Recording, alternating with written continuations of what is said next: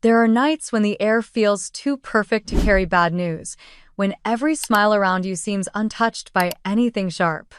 That was the night of my sister Sophie's wedding. I walked in ready to celebrate, to play my part as the supportive older sister, but beneath the music and the glow of the lights, something was shifting. I could feel it before I could name it, the way you sense a storm far out at sea, hidden beyond the horizon, moving closer with every passing moment.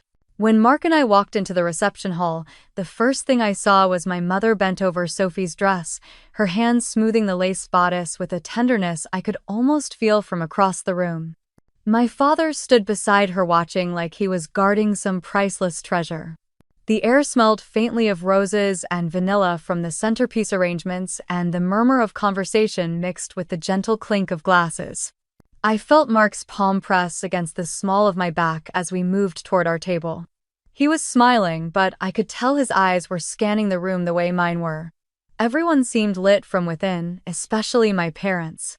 My mother's cheeks were flushed, her hair freshly set, and she kept adjusting Sophie's veil as if the camera crews from some magazine were about to arrive. My father had that rare upright posture I had not seen since I was a child, his tie perfectly straight, shoes polished to a shine. We found our seats halfway down the room, not at the head table where Sophie and Luke sat flanked by my parents, but close enough to see their faces clearly. Mark brushed my hand under the table and gave it a gentle squeeze. I knew what he was thinking, but neither of us said anything. Today was supposed to be about Sophie. The chatter dimmed as the DJ announced the couple's entrance. Sophie floated in on Luke's arm, the skirt of her gown sweeping behind her in soft folds. My parents rose to greet them, my father kissing her cheek, my mother dabbing at her eyes. Cameras flashed from every angle. I clapped with everyone else, my smile in place, but somewhere under my ribs a small knot tightened. Dinner passed in a blur. Servers moved efficiently between tables with plates of salmon and roasted vegetables. I caught pieces of conversation from nearby tables, old neighbors reminiscing about Sophie's childhood, coworkers of Luke complimenting the decorations. Mark chatted politely with a man from Luke's office while I pushed a forkful of asparagus around my plate. Then my mother's voice rang out. She stood at the head table holding a champagne flute, my father rising beside her. The room quieted as she tapped the side of the glass with a fork. Her smile was wide, her eyes sweeping over the guests like a performer before the big reveal. "We are so grateful," she began, "to have so many of you here to celebrate Sophie and Luke." My father nodded along, adding how Sophie had always been such a joy, so full of light. I waited for the usual polite thanks and for the toasts to move on. Instead, my mother reached into her handbag and pulled out a crisp folder. "Your father and I wanted to give you something meaningful," she said, her voice trembling just enough to sound emotional. "Something to help you start your life together." She paused, looked at my father, and then back to Sophie and Luke. "We are giving you the family home." For a moment, I heard nothing at all. The words seemed to drop into the room like a stone into still water. Then the applause started, loud and enthusiastic. People stood clinking glasses, cheering. Sophie pressed both hands to her mouth, her eyes glistening. Luke wrapped an arm around her shoulders, beaming. I sat very still. Mark's fingers tightened around mine under the table until I realized I had been holding my breath. The family home. The same house I had been making payments on every month for 5 years, $1,600 from January 2016 until the mortgage was finally cleared in December 2021. The same house my parents had begged me to save when Dad's hours were cut at the garage and Mom's arthritis kept her from sewing more than a few days a week. The same house they promised I would never regret helping with. There had been no warning, no conversation, not even a hint this might happen. My smile stayed fixed because every eye seemed turned toward the head table. Mark leaned close enough that his shoulder brushed mine. "Did you know about this?" he whispered. I shook my head slowly, keeping my lips pressed tight. As the clapping died down, Sophie left her seat and made her way toward us. She bent slightly, her perfume sweet and strong. "Can you believe it?" she whispered, her tone bright but her eyes calm in a way that told me she had known for some time. Before I could answer, she was moving on, accepting more congratulations from another table. I took a sip of my water, my fingers trembling just enough to make the ice clink against the glass. From the corner of my eye, I saw Aunt Linda lean toward me, her voice low.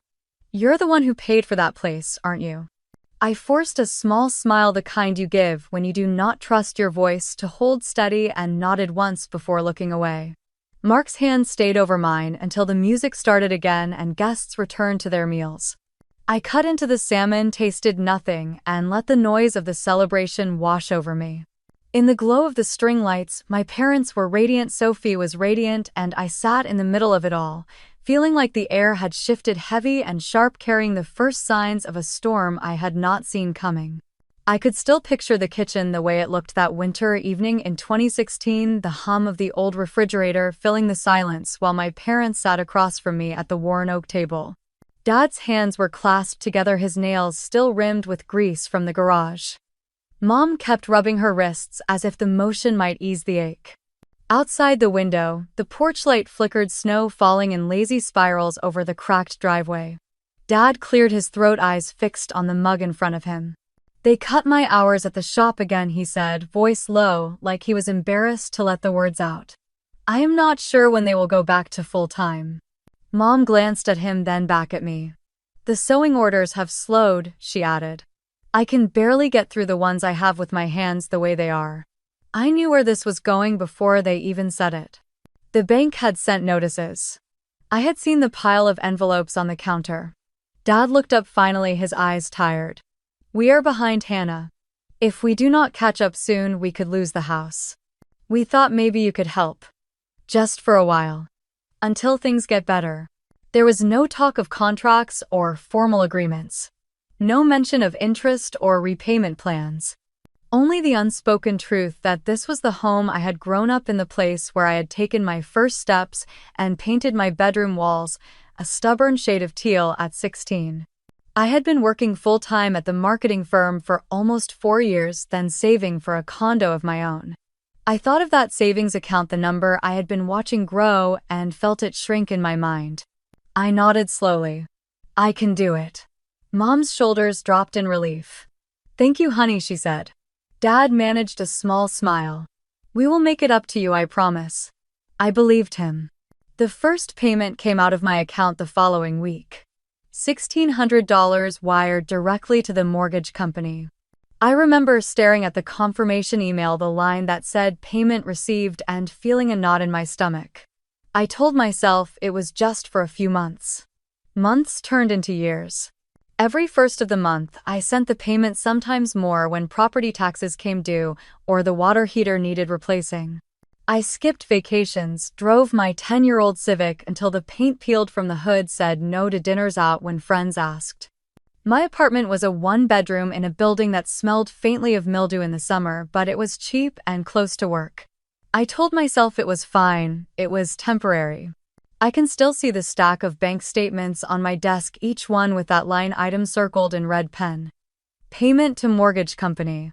I kept every receipt, every transfer confirmation, partly out of habit, partly because some quiet part of me feared I might need proof someday.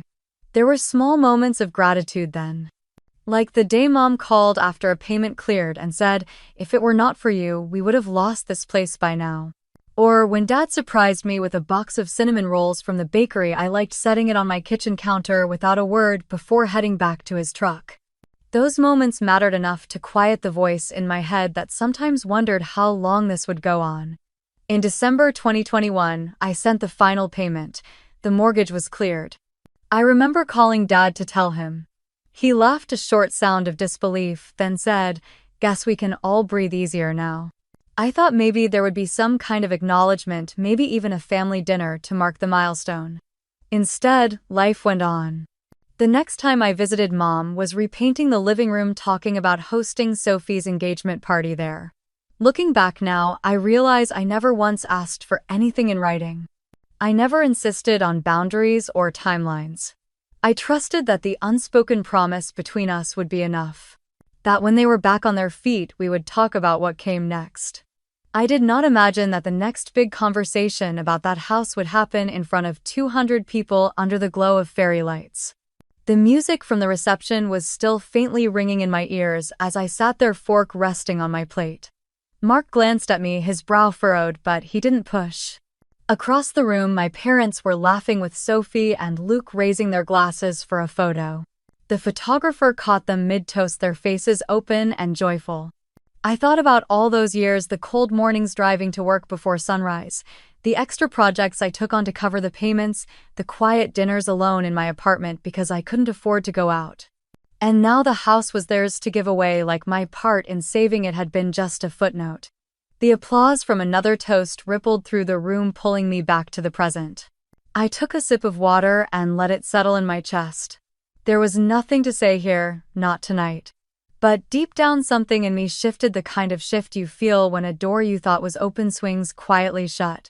The band started a slow song and couples made their way onto the dance floor. The soft hum of conversation mixed with the clink of forks on dessert plates. Mark was halfway through his coffee when he leaned toward me and asked if I wanted another.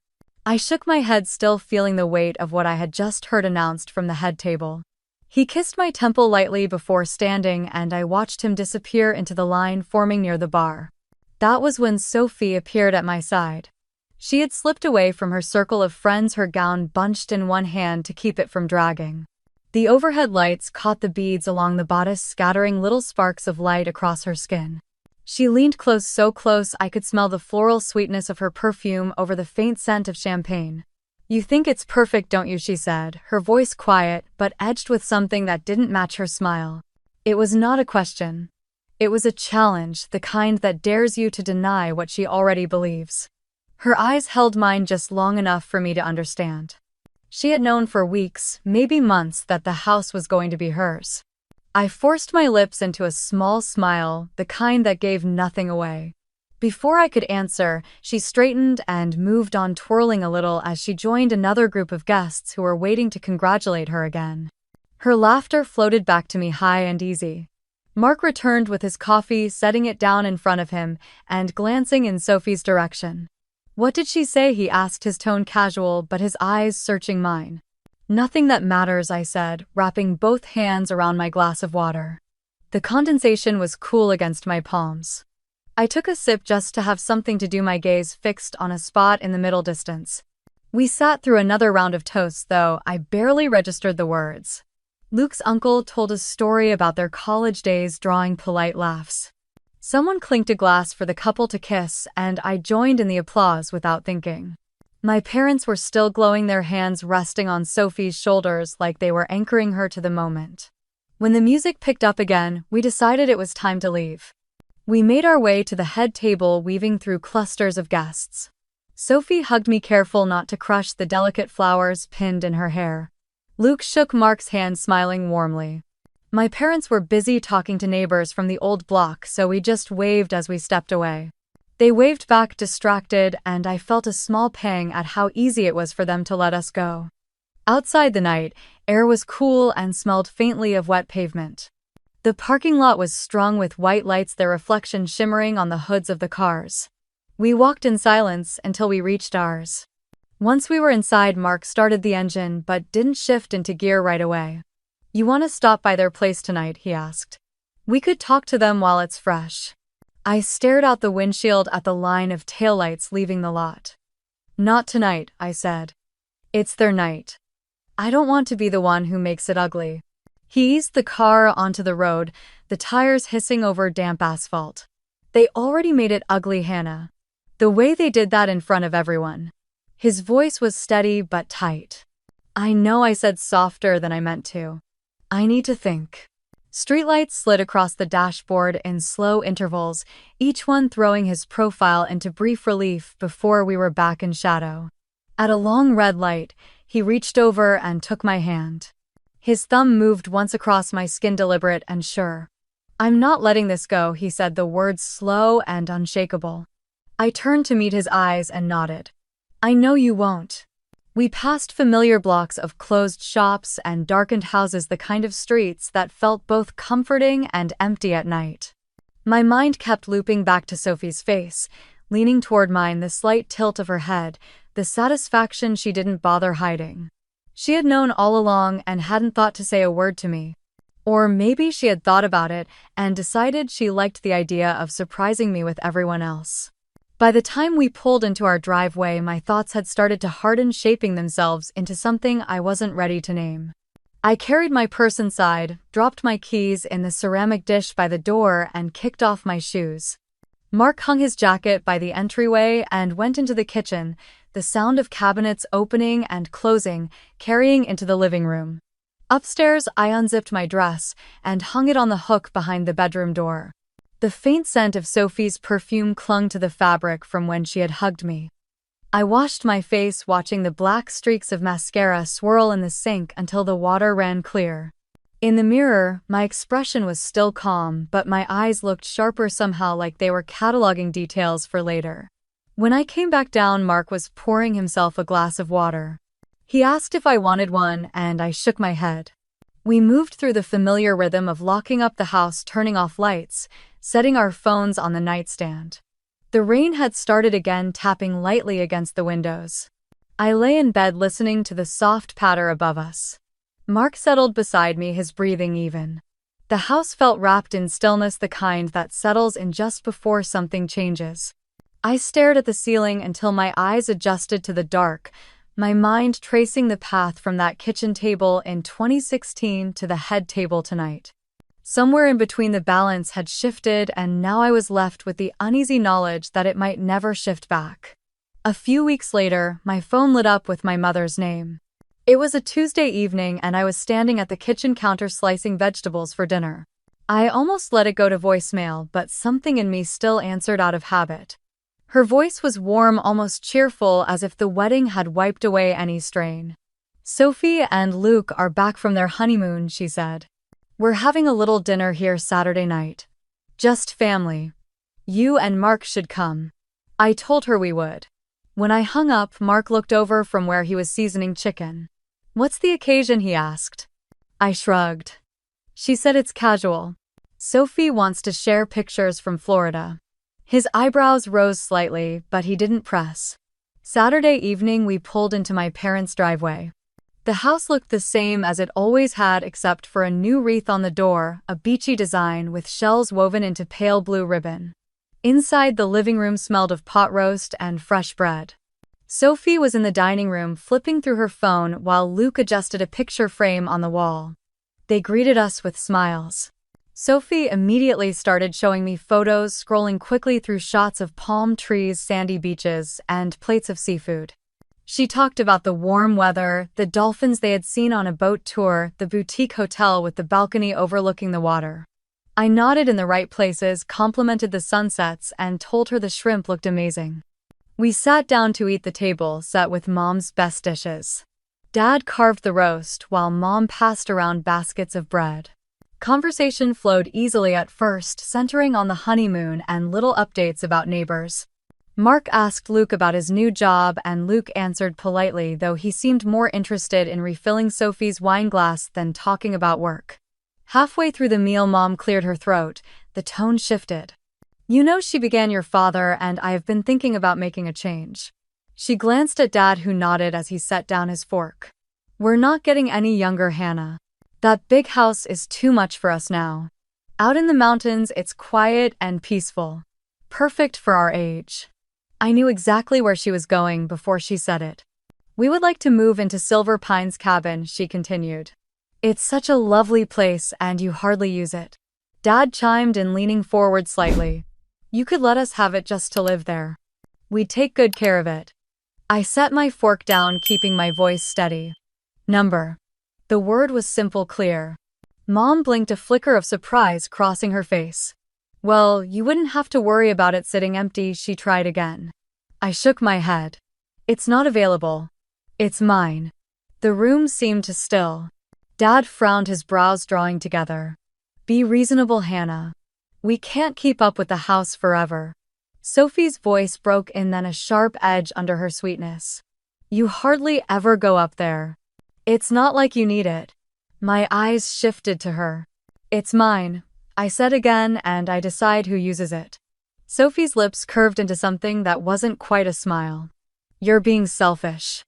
The words landed heavier than I expected, not because they hurt, but because they were so familiar in tone. I had heard them before in different ways from different people in this family. Mark's hand brushed my arm under the table, a small anchor. I kept my posture relaxed, my gaze steady. The silence stretched just long enough to make the air feel tight. Mom cleared her throat again, this time with less conviction. Well, it's just something we were thinking about. We can talk later. Dinner went on, but the easy flow was gone.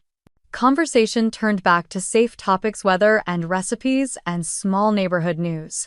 I answered politely when spoken to, but didn't offer much. My appetite had faded. Mark filled the empty space by asking Luke about some fishing spot in Florida, and Luke took the bait, talking for a few minutes, while Sophie scrolled through her phone. When dessert came, slices of apple pie with melting scoops of vanilla ice cream, I thanked Mom for the meal. It was easier to be polite than to pick a fight in front of everyone. As soon as it was reasonable, Mark and I stood to leave. Sophie hugged me with the kind of politeness that keeps bodies from touching too much, and Luke gave a quick handshake. Dad walked us to the door, his expression neutral, but I caught the slight shake of his head as if I had disappointed him. Outside, the evening air was cooler than I expected. We walked to the car without speaking, the crunch of gravel under our shoes the only sound. Once inside, Mark started the engine, but didn't put it in gear right away. "You did fine," he said finally. I looked out at the street where the lamplight pooled on the pavement. I didn't feel fine. I felt the start of something harder settling in. We drove away from my parents' house, the yellow porch light fading in the rearview mirror. The road was quiet, the kind of stillness that makes you notice every sound inside the car. Mark kept his eyes on the road, his jaw set in that way it gets when he is thinking through something he knows will turn into a conversation later. I leaned my head against the window and watched the streetlights blur past their reflections stretching across the hood. The motion of the car pulled me into an older memory, one I had not thought about in a long time. It was 2016, a cold Sunday afternoon. I had been sitting at that same kitchen table when my parents told me about falling behind on the mortgage. I remembered my father's voice, low but insistent, and my mother's quiet nods between his sentences. Toward the end of the conversation, after I had already said yes to helping, Mom had looked at me with an almost relieved smile. "One day this house will be yours." She had said it as if it were a certainty, as if my sacrifice was part of some inevitable plan. Back then, I had believed her. The drive home from dinner felt longer than usual. Neither of us turned on the radio. When we pulled into our driveway, the motion sensor light washed over the hood of the car. Inside, I dropped my bag by the couch and went to change into something comfortable. Mark was in the kitchen filling a glass of water when I came back down. He leaned against the counter and said we should think about collecting the extra keys to the cabin, just to be safe. I nodded, my fingers tracing the edge of the couch cushion. I had given my parents a set years ago in case of emergencies. At the time, it felt natural, like leaving a spare with a neighbor you trust. Now, after what had been said at the table tonight, it felt like a loose thread I should have pulled back in a long time ago. I told Mark I would take care of it. Later that night, while he was upstairs getting ready for bed, my phone buzzed on the coffee table.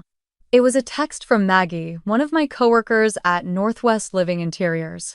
She's the type who notices everything, and when her messages come late in the evening, it is usually something worth looking at. The preview on the screen showed a link to Craigslist with no explanation. I opened it. The page loaded slowly, the white screen giving way to a bold headline that made my stomach tighten. Mountain cabin, for sale, private listing.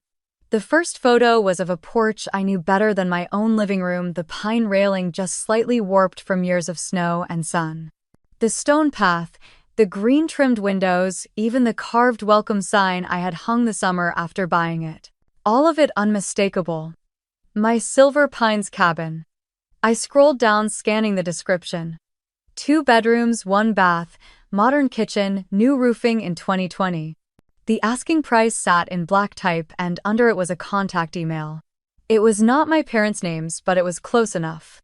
A cousin on my mother's side who I had not spoken to in years. The same cousin who sometimes did odd jobs for my dad when he needed extra help. My pulse picked up. I checked the photos again as if I could be wrong. But there was no mistake. The kitchen photo showed the blue ceramic canisters I kept on the counter, the ones Mark's sister had given us for Christmas. Whoever took these pictures had been inside recently. I typed back to Maggie. "Where did you find this?" She replied almost instantly. "Was looking for a rental for my sister, saw it under private listings. Recognized it from your Instagram. Thought you should know." My thumbs hovered over the keyboard. "Thanks," I wrote back. "I owe you." Mark came down the stairs pulling on a sweatshirt.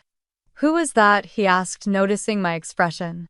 I turned the phone so he could see. His eyes narrowed as he scrolled through the listing. "That's your cabin." I nodded, feeling the heat rise in my chest. "And that's not you selling it?" "No," I said. "It's someone connected to my parents." We sat on the couch, the glow of the phone between us. Mark handed it back after a minute. "This is exactly why I said we need to get those keys back. If they think they can just put it up for sale, they'll think they can move in, rent it out, whatever they want." I could hear the frustration under his voice, the same kind that had been simmering since the wedding. I leaned back, staring at the ceiling. There was a part of me that wanted to call my parents right then, demand an explanation. Another part knew that if I did, they would just deny it, twist the conversation until I was the one overreacting. The thought made my hands ache from clenching them. Mark reached over, resting his hand on my knee. "We will handle it," he said. "But we do it on our terms." I nodded, the image of that porch still sharp in my mind. My parents asking for the cabin at dinner had felt like a line crossing. Seeing it listed for sale without my knowledge felt like the start of something else entirely. The next morning, I woke before the alarm, the faint light through the curtains turning the room a pale gray. Mark was still asleep, his arm draped over the pillow where I had been lying. I slipped out of bed and went downstairs, the boards creaking under my feet. The cabin listing had followed me into my dreams, blurring with images of my parents at the dinner table, their voices calm as if they were entitled to it all. At the kitchen table, I scrolled through my contacts until I found a name I had not used in years. Claire Dawson.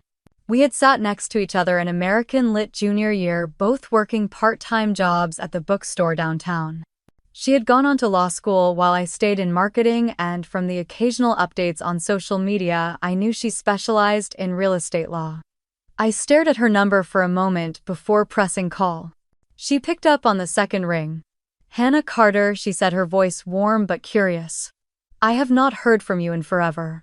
What is going on?" I hesitated, then told her I needed advice about a property I own.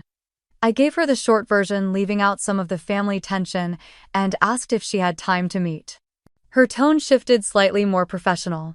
"I can see you this afternoon if you come by my office. Bring whatever documents you have." Mark insisted on coming with me. We drove downtown, the late morning sun glinting off the courthouse steps as we passed. Claire's office was on the second floor of a restored brick building, her name in gold lettering on the glass door.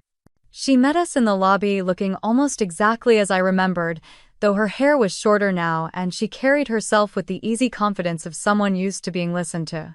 We settled into her office, the scent of fresh coffee in the air. I slid the folder across the desk. Inside were the cabin's deed, the mortgage payoff statement from last year, and a few utility bills with my name. Claire flipped through each page carefully, her expression unreadable. When she looked up, her voice was steady. "Hannah, this cabin is yours. The deed is in your name only. Your parents have no legal claim to sell it or occupy it without your permission." I felt my shoulders loosen slightly, the tension easing just enough to breathe. Then she tapped the folder. "That said, possession is 9/10 of the law. If they have keys, if they enter the property and change the locks, you will have a mess on your hands. My advice is to change the locks immediately, retrieve any copies of the keys you can, and make it clear in writing that no one is authorized to enter without your consent." Mark leaned forward. "What about preventing them from trying this again?" Claire considered. "You could execute a limited power of attorney naming someone you trust, maybe even me to manage the property if you are unavailable. That way, if they attempt anything while you are out of town, your representative can act on your behalf immediately." I nodded slowly, the practical part of me already ticking through the steps. Claire took a sip of coffee and then asked the question that made my pulse hitch. If they ignore you and enter the cabin without permission, are you willing to call the police? The image came unbidden my mother's face, my father's voice trying to reason his way out of it. I wanted to say no, that family came before everything, but the truth sat heavy in my chest. They had already crossed one line. I looked at Claire and then at Mark. He was watching me, waiting. Yes, I said finally. If it comes to that, I will. Claire nodded once, not with satisfaction, but with the acknowledgement of someone who knows a client just made a hard decision. Then let's start with the basics. She pulled out a notepad, jotting down the locksmith's name, the recommended hardware store, and a few other contacts. I took the list, the paper warm from her hand. On the way out, she walked us to the door. Hannah, she said, her voice softening. I have seen families torn apart over less. Protect yourself. It does not make you the bad guy. We stepped back into the sunlight, the air brisk against my skin. Mark slid his sunglasses on and glanced at me. You okay? I tucked the list into my bag. I will be. The drive home was quiet again, but this time it felt purposeful. I had a plan, and even if it meant taking steps I never thought I would take against my own parents, I knew I could not afford to wait for them to make the next move. It was late in the afternoon when my phone buzzed with the Safeguard security alert. The notification was short and sharp, a red banner flashing across the screen that the front door at Silver Pines cabin had been opened. My stomach tightened. I checked the calendar, retraced my memory.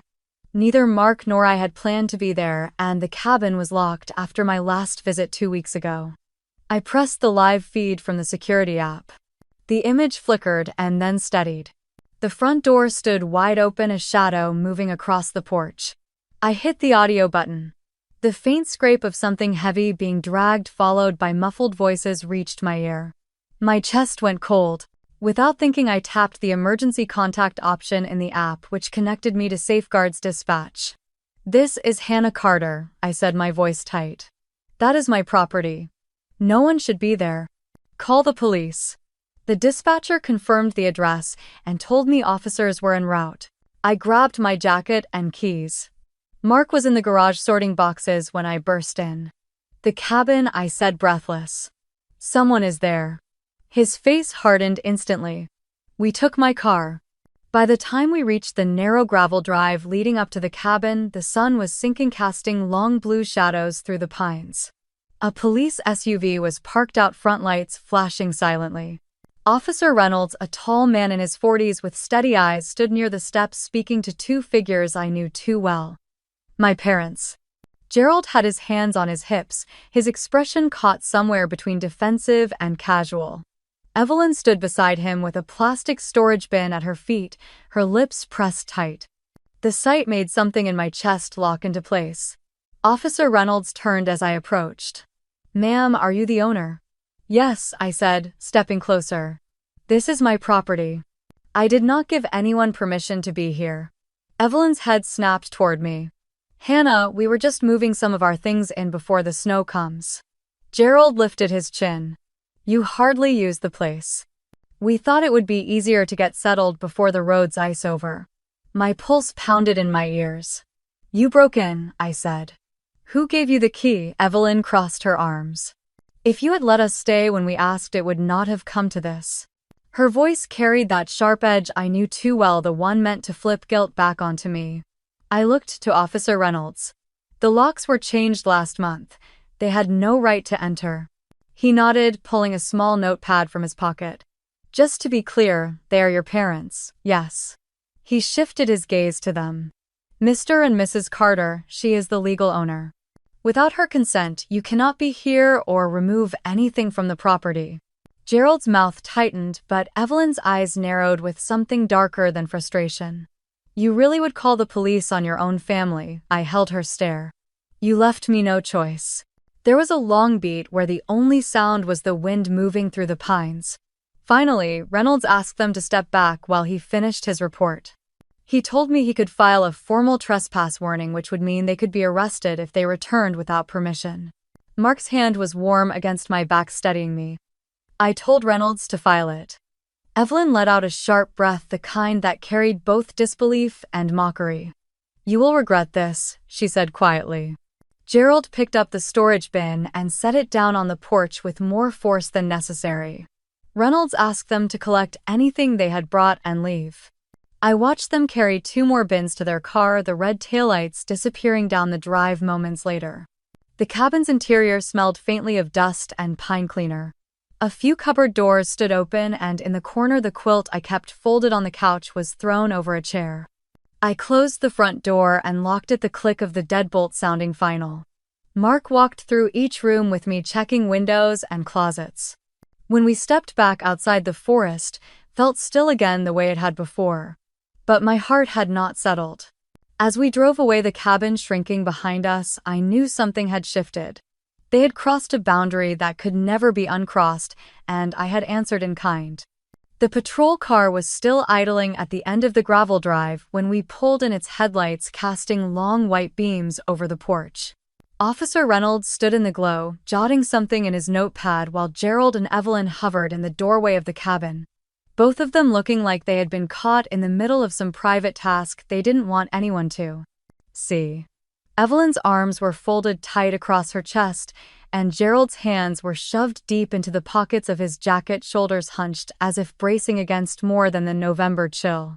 Evelyn was the first to speak, her voice sharp and carrying easily through the cold air. "This is absurd, Hannah. You are blowing this completely out of proportion. We weren't doing anything wrong. We were only getting the place ready so we could finally use it." "You do not have permission to be here," I said. "The locks were changed weeks ago." Gerald's mouth twisted. "We raised you better than this. You could have talked to us like family instead of calling the police." Officer Reynolds stepped closer, glancing between us. "Ma'am, just to confirm, they are not authorized to enter or remain on the property." "Correct," I said, my voice steady. "This cabin is mine. They have no right to be here." Gerald muttered something under his breath, but Evelyn pressed on. "You barely come here, Hannah. It's selfish to let it sit empty when we could be enjoying it." "It's not selfish to protect what I own," I told her. Reynolds' expression didn't change, but he asked the question I knew was coming. "Do you want to press charges?" The words felt heavier than the air between us. My parents stared at me, their eyes full of disbelief, but there was no trace of shame.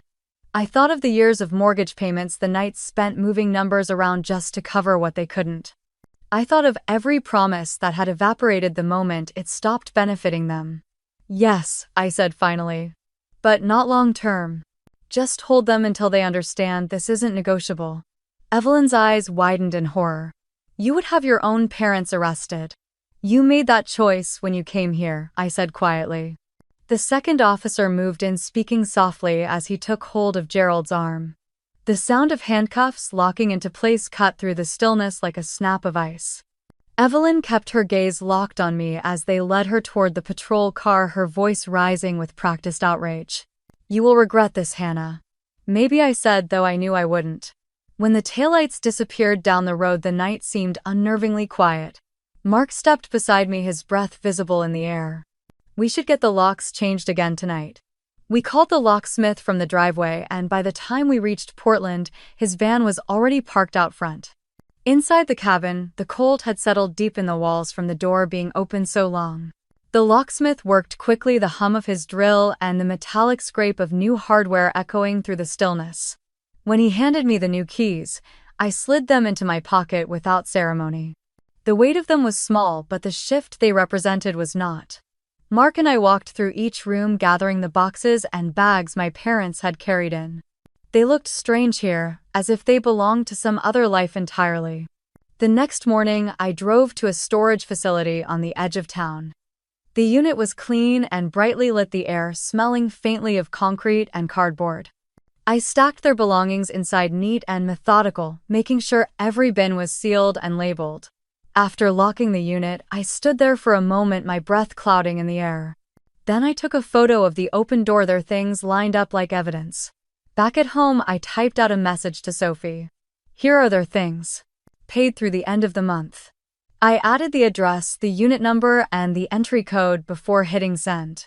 It didn't take long for the read receipt to pop up. No reply followed. I wasn't sure if she was ignoring me or weighing her next move, but I didn't care.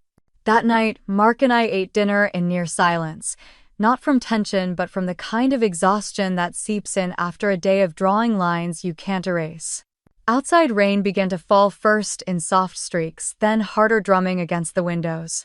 I sat at the kitchen table staring at the condensation sliding down the glass and thought about how quickly things had escalated. What started as a quiet refusal at a dinner table had turned into flashing lights in the driveway and the sound of handcuffs clicking shut. And yet, in the steady rhythm of the rain, I felt something like calm settle in. I had acted, not reacted. I had defended what was mine. In that moment, I realized there was no way back to the family we had once pretended to be. And for the first time, I didn't want there to be. 2 days later, my phone buzzed before I had even poured my first cup of coffee. It was a text from Maggie with a screenshot attached. At the top was my mother's profile picture, her arm looped through Gerald's, both smiling on a park bench. Below it was a post written in her clipped, dramatic style, the kind she used when she wanted to paint herself as the victim. Our own daughter had us removed from a family cabin like we were criminals. After all we've done for her, she has turned her back on her parents. I scrolled further. Hundreds of reactions. Dozens of comments, many from people I recognized by name if not by face, others complete strangers who had apparently decided they knew enough to weigh in. Words like ungrateful, heartless, and shameful leapt out from the screen. Someone I hadn't spoken to since high school wrote that it was disgusting how adult children abandoned their elders. By the time I finished reading, my coffee sat cold on the counter. Mark was at the sink rinsing a plate, his back to me. "She posted it," I said. He didn't need to ask what I meant. "Let me guess. You're the villain in this story." "Worse," I said. "I'm the cautionary tale." The comments kept piling in throughout the day. Old family friends, cousins I hadn't spoken to in years. Even the church ladies from my parents' congregation were weighing in. My phone felt heavier with each buzz, as if the judgment of every person in my parents' orbit was pressing against my palm. By late afternoon, I knew I couldn't let it stand. If I stayed quiet, her version would calcify into the truth, and I had already spent too many years letting her tell the story for me. I opened Facebook, clicked into the status box, and let my fingers rest on the keys for a moment. Then I started to type. For 5 years, from 2016 to 2021, I paid the mortgage on my parents' home in Portland. That was $1,600 a month every month plus property taxes, so they would not lose the house when my father's hours were cut and my mother could not work. They promised they would pay me back when they could. They never did. I wrote about sitting in the reception hall at Sophie's wedding when my parents announced they were giving that same house to her as a wedding gift. I described the dinner a few weeks later when they asked to take over my cabin in Silver Pines, the cabin I bought and maintained myself. Then I wrote about the day I got a security alert, drove up to find them moving their belongings inside, and had to call the police to have them removed.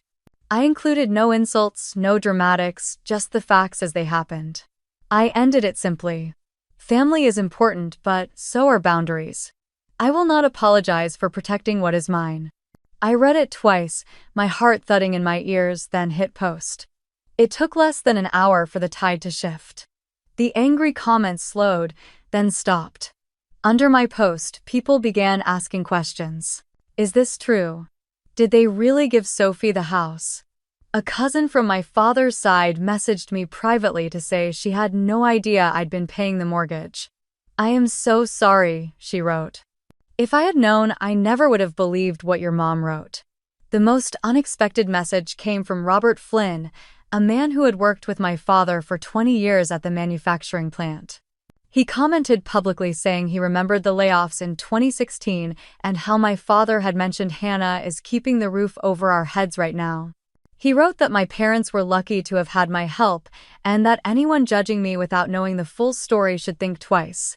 Mark read over my shoulder and gave a low whistle. That's going to sting. By evening, my mother's original post had disappeared from her profile.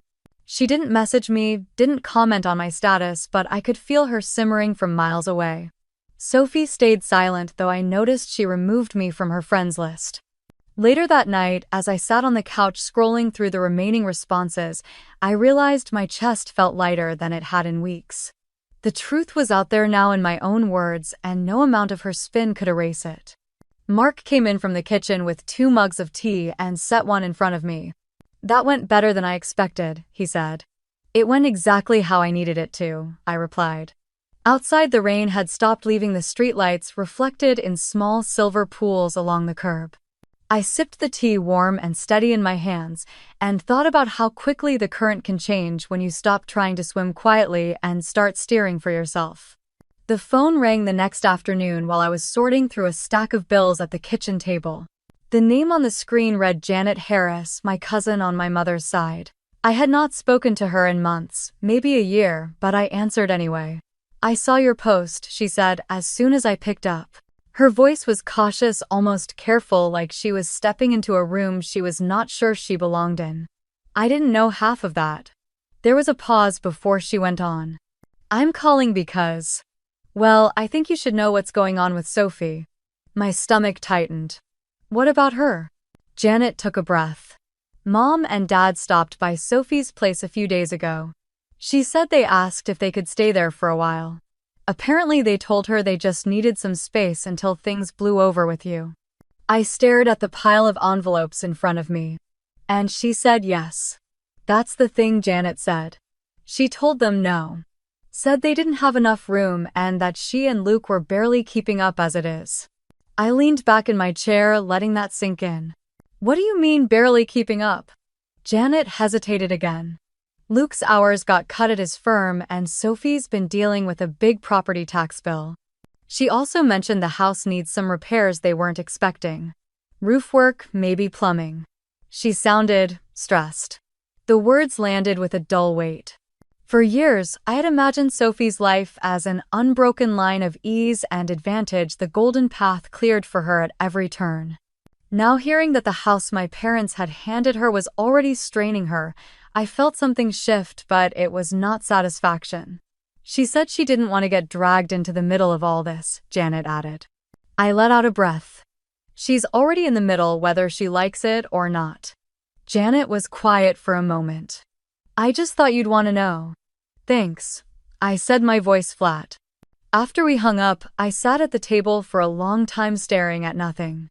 I tried to summon some sense of vindication, the kind of sharp-edged pleasure that should come from seeing the scales of fate tilt a little, but it never came. All I felt was a low, steady exhaustion, like I had been carrying something heavy for so long that I could no longer remember what it was like to stand without it. Mark came in from the garage, wiping his hands on a rag. "Who was that, Janet?" I said. "She called to tell me Sophie turned down our parents when they asked to stay with her." He raised an eyebrow. "Surprised?" "Not really. I think she's got her own problems right now." Mark sat down across from me, resting his forearms on the table. "And how does that make you feel?"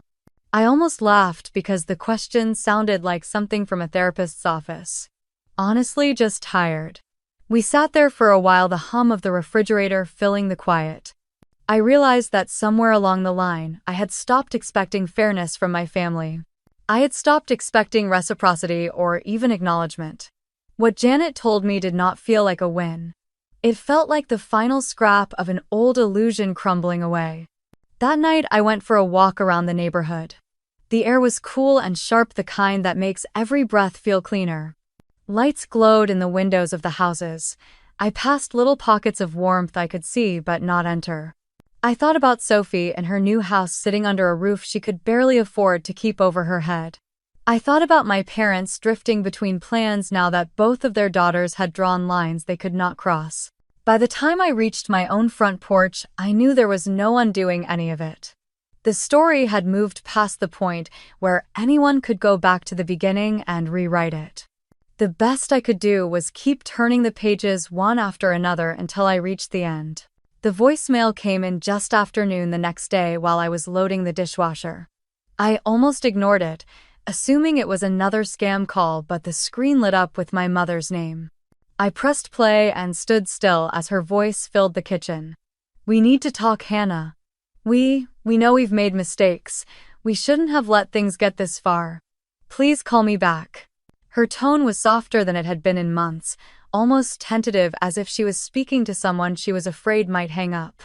There was a long pause at the end, the faint sound of her breathing before the line went dead. I set the phone on the counter and braced my hands against the cool granite. The words should have cracked something open in me, but instead they landed in the same place every other olive branch from my parents had landed before. Too late, too shallow, too focused on smoothing over discomfort, rather than facing the truth of what they had done. As I stood there, memories threaded themselves through my mind without invitation. My 12th birthday, when they forgot to pick me up from the skating rink because Sophie had a piano recital. The time I got promoted at my first job and called them on the way home only to be met with a distracted "oh that's nice" before my mother launched into a story about Sophie's engagement. Every Thanksgiving where I spent hours in the kitchen while Sophie breezed in just before dinner praised for bringing a pie from the bakery. The pattern was as steady as it was exhausting. I had been the reliable one, the one who would pick up the slack without complaint, the one who could be counted on to understand. And in return, I had been the one overlooked, my milestones reduced to footnotes in a story that wasn't about me. The dishwasher clicked into its next cycle, a slow, steady hum filling the room. I picked up my phone again, looked at the voicemail icon glowing in the corner, and without letting myself think too hard, I pressed delete. The confirmation popped up on the screen. I tapped yes. When Mark came home that evening, I was on the couch with a book I hadn't managed to read past the first page. He noticed the untouched tea on the coffee table before sitting down next to me. "You look like you've been somewhere else all day." "I got a voicemail from my mom," I said. "She wants to talk. Said they know they made mistakes." He studied my face for a moment. "And do you want to talk to her?" I shook my head. "Not right now. Maybe not for a long time." He nodded slowly. "Are you going to block them?" "For now, yes. I need space, and I don't want to keep flinching every time the phone rings." Mark leaned back, one arm stretched along the back of the couch. "Do you think you'll ever forgive them?" I let the question hang in the air. The word forgive had always felt too simple for something as layered and jagged as this. "Maybe," I said finally. "But if I do, it won't be for them. It will be for me." We sat in silence, the weight of the words settling between us. I felt the faintest shift inside, not toward reconciliation, but toward a kind of acceptance that was my own, separate from whatever they might want or hope for. Later that night, after Mark had gone to bed, I scrolled through old photos on my phone. There were snapshots of the cabin in summer light, of the garden I had planted out front of Mark and me, on the porch with mugs of coffee. My parents were absent from all of them. I realized that my happiest moments in the last few years had not included them at all. I set the phone down and turned off the lamp, letting the room go dark. Somewhere out there, my mother was probably replaying the message in her mind, waiting for a response that would not come tonight or tomorrow or maybe ever. And for the first time, the thought didn't fill me with guilt. It simply felt like the truth. Morning light edged around the curtains, and I woke with the easy calm that follows a decision finally made. The house was quiet. Mark was already out on his run, and the kettle on the stove had just begun to sing. I poured coffee and opened my laptop at the kitchen table. The cursor blinked in the search bar while I typed Silver Pines long-term rental. Listings unfurled across the screen. For the first time since buying the place, I was not thinking in maybes. I was thinking in commitments. Claire returned my call before 9. Her voice carried the steady confidence I had leaned on in our meeting. She said she could draft a limited power of attorney that afternoon and email it for signatures. I told her I wanted a clean plan for the cabin. She said that was wise. We agreed that she would be copied on any lease, that the trespass warning would remain on file with the county, and that all locks and codes had been updated. She asked if I felt ready to move forward. I did. By noon, I had a simple listing drafted. 2-bedroom cabin with pine views and a small stone hearth. New roof 2 years ago, updated kitchen, easy drive from Portland when the weather cooperates. I added a line about quiet tenants preferred and a firm note that no subletting or unauthorized guests would be allowed. Mark read it over while he ate a sandwich and nodded. "It sounds like a home," he said. "Not a secret." The inquiries arrived within hours. Most were brief and noncommittal. One stood out. A nurse named Caroline who had taken a position at the small clinic near the lake. She wrote about early morning shifts and the need for a quiet place to rest. She liked to read on porches. She could provide references. We arranged a time for a video call. When her face appeared on the screen that evening, I felt the kind of ease that is hard to fake. She asked thoughtful questions about winter access and the wood stove. She smiled when I mentioned the blue ceramic canisters on the kitchen counter. I told her they would stay. 2 days later, Caroline toured the cabin with the property manager I hired for first showings. She sent me a message after. The morning light in the living room felt kind. She hoped I would consider her application. Claire reviewed the draft lease, added 2 clauses, and sent it back. I took a deep breath and signed. When Caroline returned her signature, something in my chest loosened like a knot finally undone. On the day she moved in, Mark and I drove up with a welcome basket and a stack of clearly labeled keys. The air smelled of wet earth and cold pine.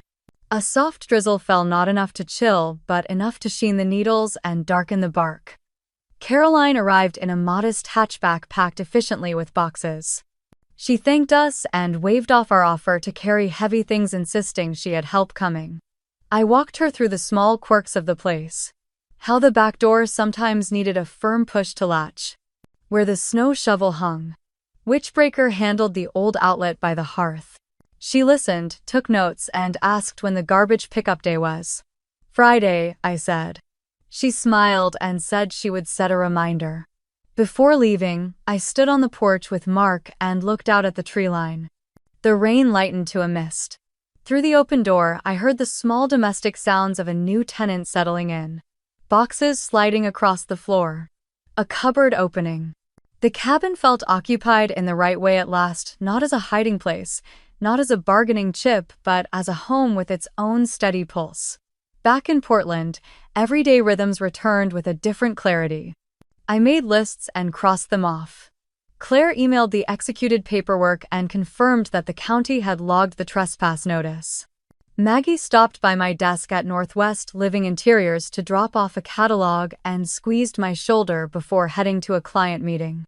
Mark and I tried a new Thai place down the street and argued amiably about whether the curry was better than the one we usually ordered. Small things, but they felt like markers, proof that life goes on even when the family mythology falls apart. A week later, an envelope arrived addressed in my mother's compact script. I let it sit on the console for an afternoon while I vacuumed and did laundry. When I finally opened it, a single sheet slid out. The note was brief and careful. She hoped I was well. She said she and my father were in a short-term apartment near the highway, that she had picked up a few shifts at the drugstore to help with expenses. There was no apology written on the page, but there were words about time and misunderstandings and the wish that holidays might still be shared. I folded the letter along the crease and returned it to the envelope. I placed it in a drawer. It did not change anything, and yet it made something plain. They were living with their choices, and I was living with mine. Sophie remained quiet. Through a cousin, I heard that the roofers had finished the repair and that a tax bill had cleared with the help of a small loan. I did not feel anything like triumph. I felt the ordinary relief that comes when a storm passes and a house, any house, stands another season. The old story of fairness had finally drained out of me. There would be moments of contact someday, birthdays, perhaps inevitable emergencies, but they would happen with my boundaries intact. On a rainy Saturday, Mark and I drove out to the coast with no plan except to walk until we were tired. The sky was the color of pewter and the waves moved in deliberate rows. We walked a mile and back, collected one smooth stone each, and stood with our shoes in wet sand until our socks soaked through, and we started laughing. On the drive home, I watched raindrops stitch silver threads across the windshield and felt that strange, simple thing I had been missing for months. I felt like myself. That night, I sat by the living room window with a blanket and watched the rain soften the street into gauzy reflections. The porch light across the way made a small golden island on the sidewalk. I thought about the first time I saw my mother smooth Sophie's veil, the glow on her face I had chased my whole life without knowing it. I thought about the kitchen table in 2 different years, one when I said yes to saving a house, and one when I said no to giving up my own. I thought about the cabin rented now cared for by someone who needed quiet more than I needed empty space. If Sophie was the daughter they chose to celebrate, then they would live with that choice and I would live with mine. It sounded harsh when I first admitted it. Sitting there, it felt like simple math. Mark came in from the kitchen with 2 slices of apple pie. He set one in front of me and sat close enough that our shoulders touched. We ate without talking for a while, the way people do when the noise has finally fallen away. When we finished, he took the plates, and I stayed by the window listening to the water move through the gutters and pool softly along the curb. I do not know what holidays will look like next year. I do not know which family stories will survive and which will fade. I do know this. I did not lose a family. I stepped out of a role that cost me more than it ever returned.